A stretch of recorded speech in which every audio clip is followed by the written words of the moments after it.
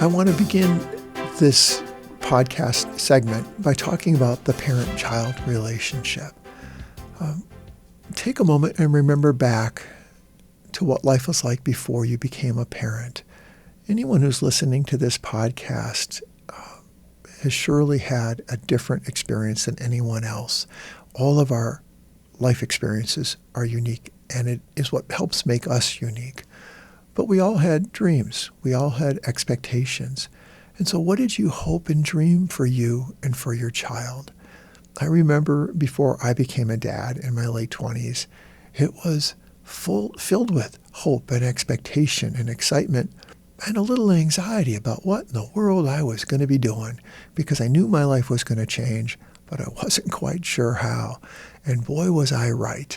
It was a huge change in terms of focus and time commitment and energy and uncertainty, but also excitement and happiness and laughter and joy and pride. But it was a mix. And so sometimes it helps for us to think back, what do we hope and dream for our child and for us in our relationship with our child? Parenting is the hardest job that you will never train for. Most people don't get training in parenting before they become parents. And yet we have this really formidable job that spans at least 18 years, and for most of us who remain in our children's lives, well beyond that time. Our job as parents is to raise children to become healthy and successful adults. I mean, we really want our children to be successful when they achieve adulthood. We want them to go on to have jobs and to be stable members of the community and to have good social relationships. Our job is to give our children the tools to become independent, to become socially engaged, to have really solid friendships, and to be productive. And I think also to be kind and empathic to others. Our job as parents is to keep our children safe and then to give them tools so that they can remain safe as they get older. We protect our children. Our job is to teach. We are our children's first and also our children's longest serving teachers. We guide and we mentor them. And lastly, our job is to advocate for our children. We find ways to help them be successful. We sometimes blaze the path. We check things out, especially when they're younger. We may participate more actively to make sure that they are in a good place, and we advocate for them. It's a really tall order, all the things that go into becoming a good parent. So where do we begin? Well, one of the places I like to begin is to invite you to think about how you want to be remembered as a parent. Just for a moment, step back and think. Imagine your children are all grown up. They're adults now, and they have children of their own. And one night, as your children are putting your future grandchildren to bed, one of your future grandchildren says to their mom and dad, your own children, "What was it like growing up with grandma?" Or "What was it like growing up with grandpa?" What kind of stories do you want your children to tell your future grandchildren about living with you? Do you want that story to be, "Oh, there was a lot of yelling, they worked a lot, we hardly ever saw them, we were always in trouble"? Or do you want those stories to be, "We had a lot of fun, we did a lot of things together, they had high expectations, they really made us do our homework and they made us do chores, but we also knew that they loved us, and we knew that they took care of us, and we always got what we needed, not always what we wanted"? So how do you want to be remembered as a parent? And sometimes when we get frustrated or we get lost, I think it's helpful to step back and say, how do I want to be remembered? Take the long view here, not the thing that happens today, but the thing that you want to be a memory for your own children. One of the things that I hear so often in the parenting courses that I have taught over the years is parents wanting to come in and to just get better discipline strategies. They just want to get better at doing timeouts. They want to get better at having their children listen to them. I tell parents, I can help you with that, but it may not work because parenting is so much more than just having effective discipline. In fact, having effective discipline is really only a small part of the whole parenting process. And in the parenting programs that we have run here at Gundersen, what we discovered was when parents put time in the relationship with their children, enjoying them, creating positive memories with them, they didn't need to do nearly as much discipline. And so doing that work first really reduced the amount of discipline that was even needed in those relationships. Think about it this way. We are preparing our children, the next generation, for life as adults. One day they will be our leaders. One day they will be our caretakers, our guides. And so the work that we put into raising this generation of children is really important. Really important. It's perhaps the most important job we will never train for.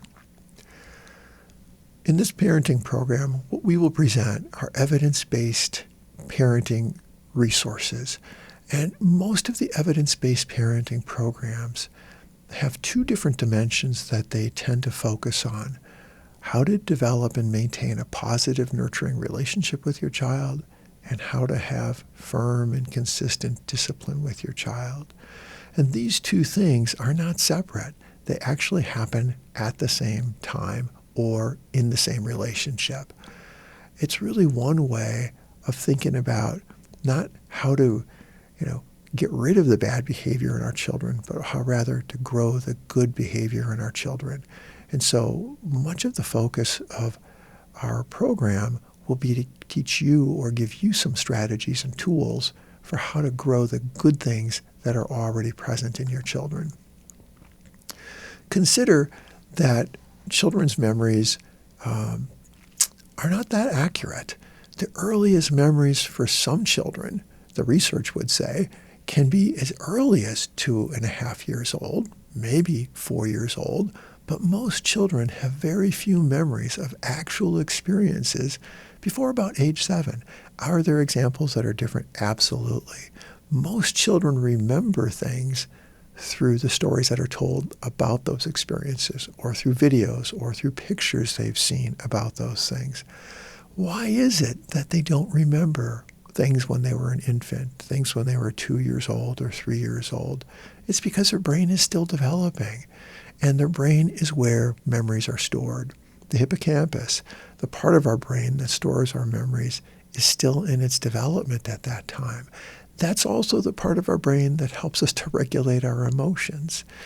And yet, I think this is not a good reason to not invest time in those first years of life, because our children won't remember them. They, in fact, will, in a sense that those first years become the foundation for all future experiences that happen. I want to go back to a quote from Maya Angelou. I've learned that people will forget what you said, people will forget where you did, but people will never forget how you made them feel.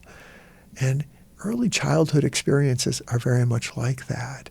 It is this layering of rich and wonderful memories of interactions between parents and others and children, exposure to positive experiences that they may not recall specifically, but create a really solid foundation. Much like a house that is built, we don't see the basement, we don't see the interior structure, the thing that holds the building up, but it is there. And I think that childhood is early childhood especially, is a really important time to invest in our children by creating those positive experiences. They are memories for us, and they help to shape our children's experiences and how they react later in life.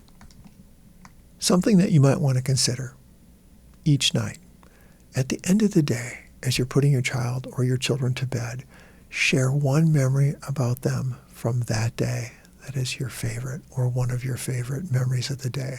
So imagine you're going through your own mind to say, what today did my child do that made me smile, made me proud, made me laugh? What is something that I want to share with them as I'm putting them to bed that lets them know that they matter to me? There was something they did that moved me. Focus on something that's pro-social. If they waited, if they shared, if they dealt with disappointment, if they tried something new, even if they failed, if they showed some act of kindness, send them off to sleep with a warm feeling of your joy and pride in them, even if some of the day was rough. I know there have been days for you, and I remember them myself as a parent, that maybe the best part of the day happened at 8 o'clock that morning and was all downhill from there. Still try to find something about that day that you can share with your child that was special, something that you want them to remember as you put them to bed. And if you have more than one child, it is okay to have more than one favorite memory, because you can have a favorite memory about each child from that day. Thank you for listening to this episode. I hope you found this information helpful and that you're able to identify several tools that you can use today with your children. If you find this information helpful, please continue to use this resource for you and for your family. Please consider exploring other topics in this series. Remember, no one parenting tool can do everything. We need many tools to become the best parents for our children. Your children's future depends on you and the time and effort you invest in them today.